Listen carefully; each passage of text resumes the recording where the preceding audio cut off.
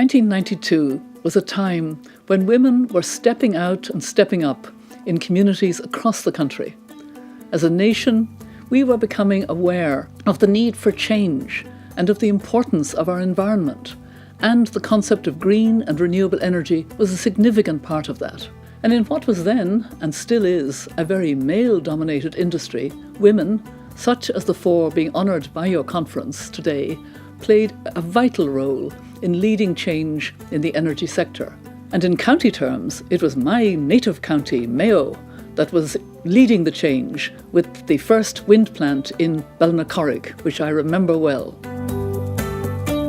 Back in '92, because it was the first commercial wind farm in the country, I suppose it was really a pioneering effort to get the farm developed 21 turbines in a 6-month period. I think it was a fantastic achievement.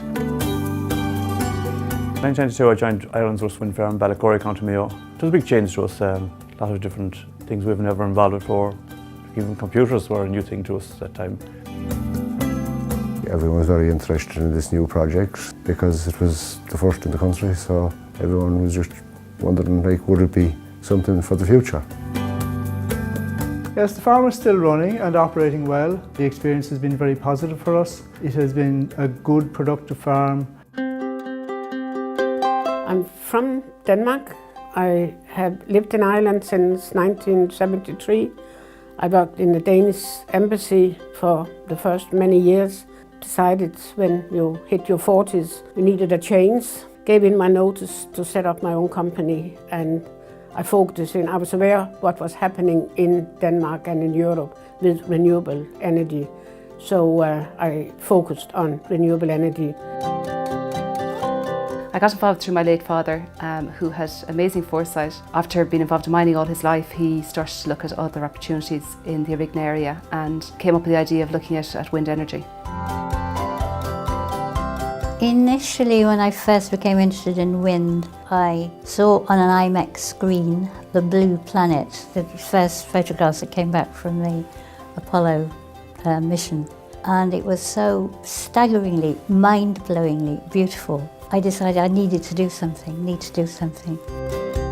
We got involved initially because both myself and Pat worked together, my husband, and it's his family business. The family had a water mill on the River Nore for over 100 years. It was originally a flour mill and then a roll of mills, and then in the last 70 years, most of the 20th century, it was sawmills.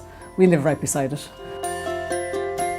We set up Irish Wind Energy Association in 1993, really to lobby the government and the ESB to get possibility open up for wind energy. When Balnacorrig was built, of course we went up to see it, and we were just, pardon the pun, blown away by what Balnacorrig could produce towards the smaller hydro turbines on the River Nore and how much power they were making. And you could see that they were going to offer a credible alternative to fossil fuel and oil.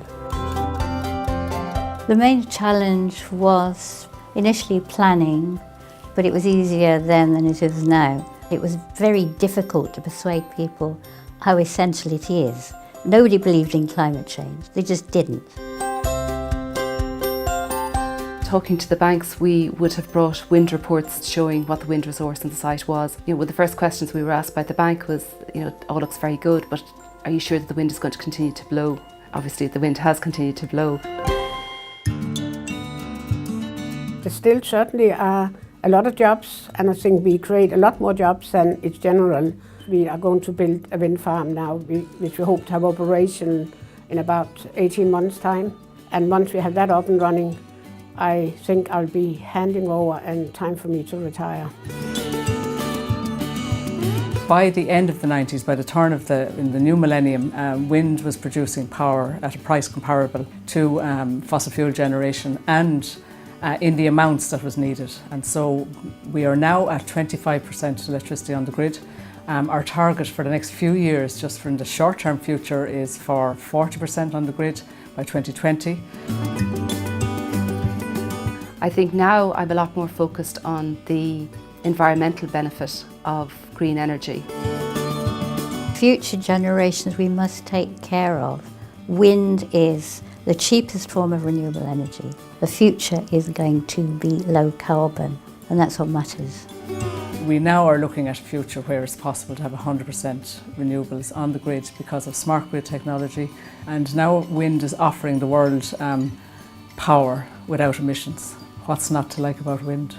We're at a crossroads, not just in Ireland, but in Ireland as part of a global community. How we act now will determine how future generations live and the conditions they will live under. I'm very firmly of the view that the response to our changing climate is a fundamental human rights issue. And when it comes to standing up, Ireland traditionally punches above its weight. We have the capacity to harness clean, renewable, responsible energy sources right here at home. It's an opportunity we must take advantage of.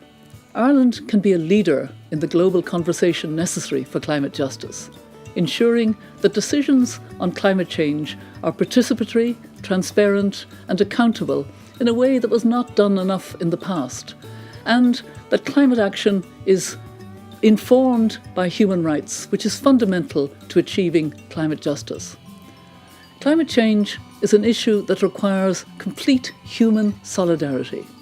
Human solidarity, if you like, based on self-interest. We are all in this together, and we have to work together to ensure that we reach zero carbon by 2050. And we need more leaders for our cause, more champions of our agenda, more people willing to step up, like Inga, Maureen, Sheila and Phil were pioneers of clean energy.